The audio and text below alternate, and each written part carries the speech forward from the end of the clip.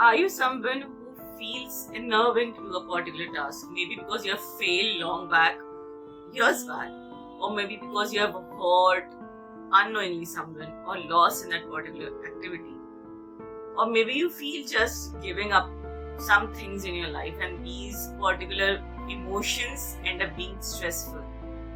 Is that so? Is that happening with you, that you feel uncomfortable doing a certain task, visiting a certain place, or interacting with few people? Well then, I really understand you. How it feels like interacting with certain people or doing a certain thing, maybe a particular task, and getting all those memories flashing back in front of you. It's quite daunting, and indeed that's one stress. Well then, today regarding the same thing, I would want you to watch this video till the end, because I, Dr. Tarun Zadav, is going to speak about how trauma can be really stressful in our lives. Well, before understanding what stressful the trauma would be like, we need to understand what trauma is. Trauma is not just some physical fall that you have encountered or physical hurt that you have encountered. It could be pretty deep-seated. It's a response to a deeply distressing or disturbing event that overwhelms an individual's ability to cope, causing feeling of helplessness, diminishes their sense of self, and their ability to feel a full range of emotions and experiences. It does not discriminate and it is pervasive throughout the world. Trust me, it's not just you who is experiencing this, even I have experienced it. And it is not something that is restricted to your childhood injuries, that when you have had a fall while playing a game or task or doing a certain task.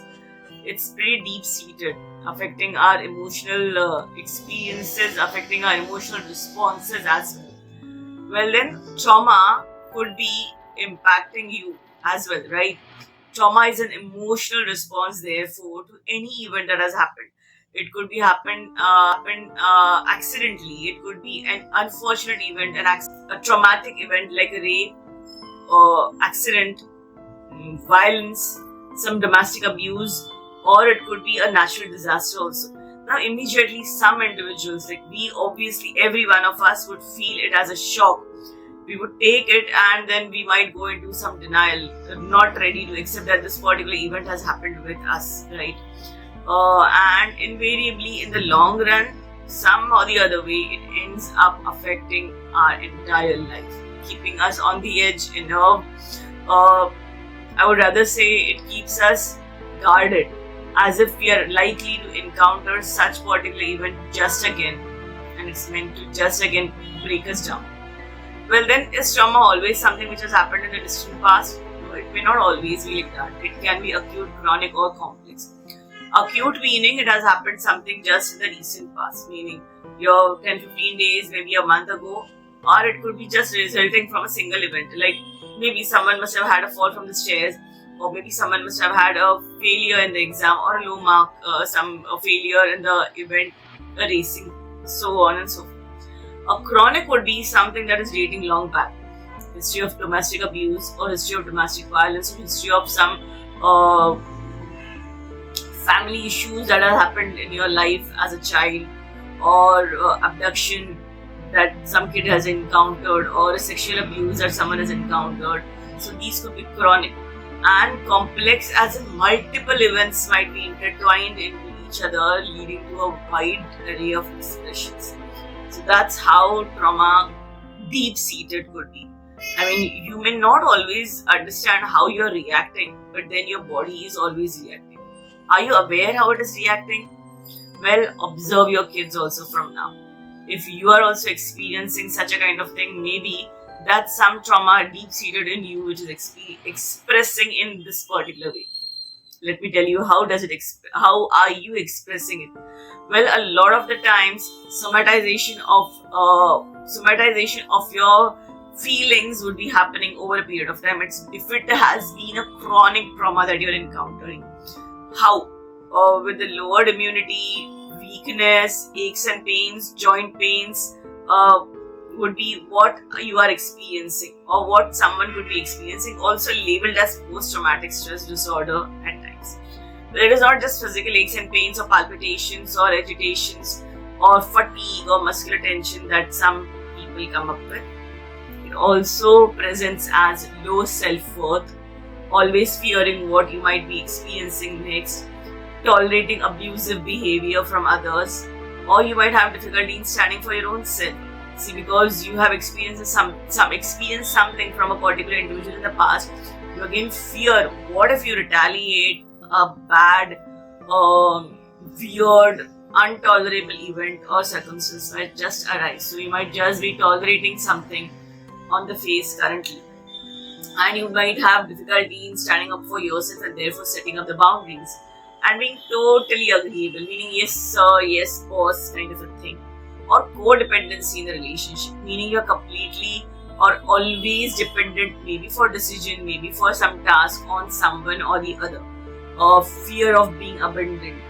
You might especially encounter this in small kids, but over a period of time they definitely get over it. But then as you grow up, if you still are encountering this thing, then maybe it could be as a result of some deep-seated trauma that you have encountered, and possibly you are expressing it in this particular way.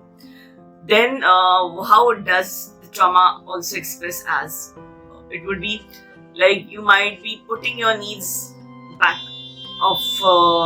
at the back and giving placement or giving preference to fulfilling others' needs.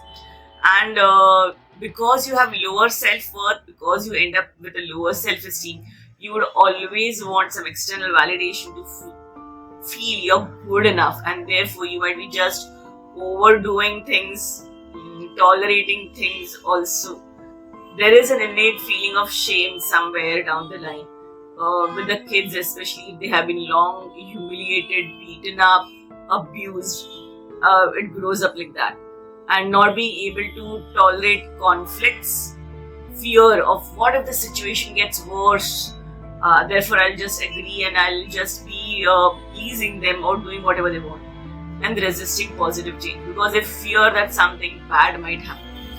And trust me, these things are seen in many of us. We do not end up realizing that these are the result of some traumas which have happened to us in our childhood. And because we do not realize, it's a pattern that stays with us and that defines us. It makes us who we are currently.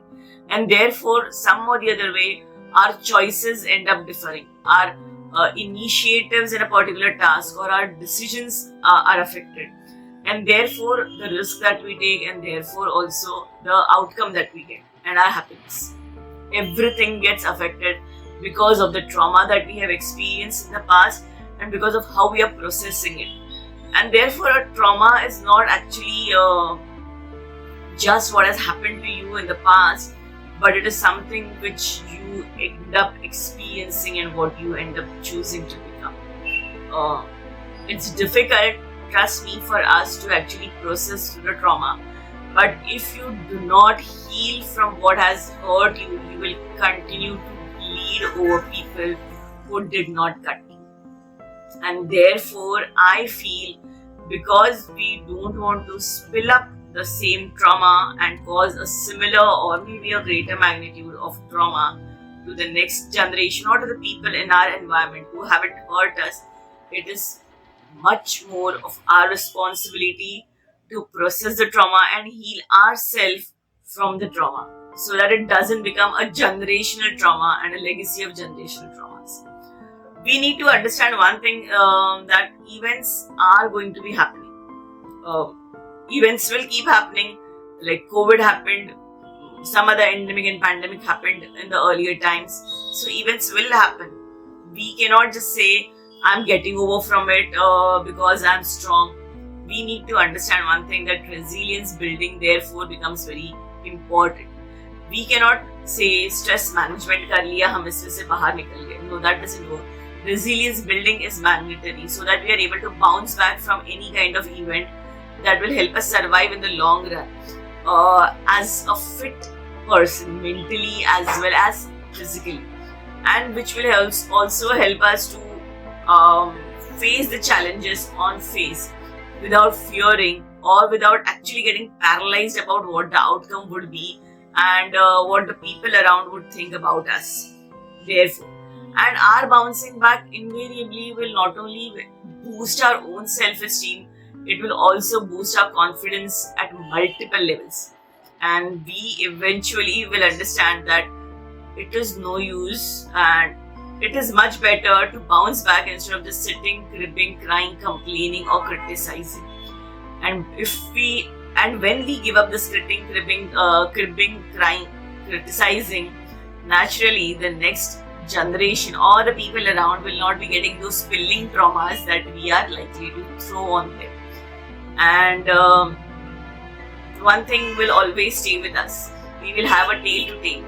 We'll have some stories that will define us, that will shape us up instead of breaking us up. One thing is for sure, over a period of time, we will understand that we are going to encounter events after events, one or the other. And since I have survived that particular event, I have a tale to tell. I have lessons to learn, I have something to share. And therefore, we will be comfortable in facing challenges that we are likely to encounter in our near future or distant future also. We'll be much stronger, happier, healthier, and resilient and fit, basically, to enjoy our life ahead instead of just sulking down and not living to the fullest of our own potential. Do you think it's wise to heal our old traumas and we can heal our own traumas? Do let me know.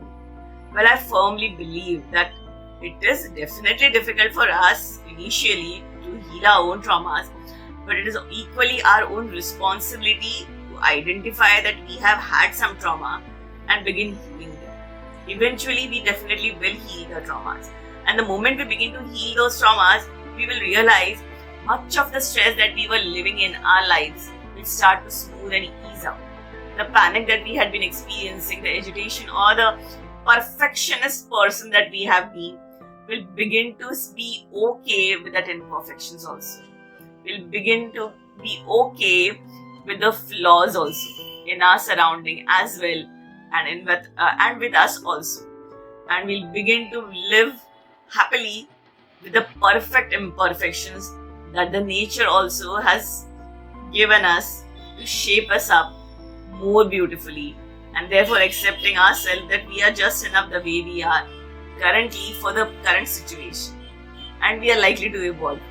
So the trauma will never bind us down, bog us down and define us. It will shape us all the more to become more stronger. Do you agree with this? Well, if you agree with this, I would like to see your comments below. I would want and I would love for you to share this video with someone who really is experiencing a trauma and whom you want to heal from it. Well, also if you are a mother, I invite you to join my Facebook community, the Stress Resilient Community, which is just for moms. Also, if you are someone who is finding it difficult to resolve your own trauma, do connect with me for the free one-to-ones which I have just for mothers to help you heal and navigate from frustration to freedom. Trust me, those painful phases that you're experiencing in your traumatic patch have a purpose. Let us identify them together. Do connect with me. Till then, watch this video, like, subscribe and share. Thank you.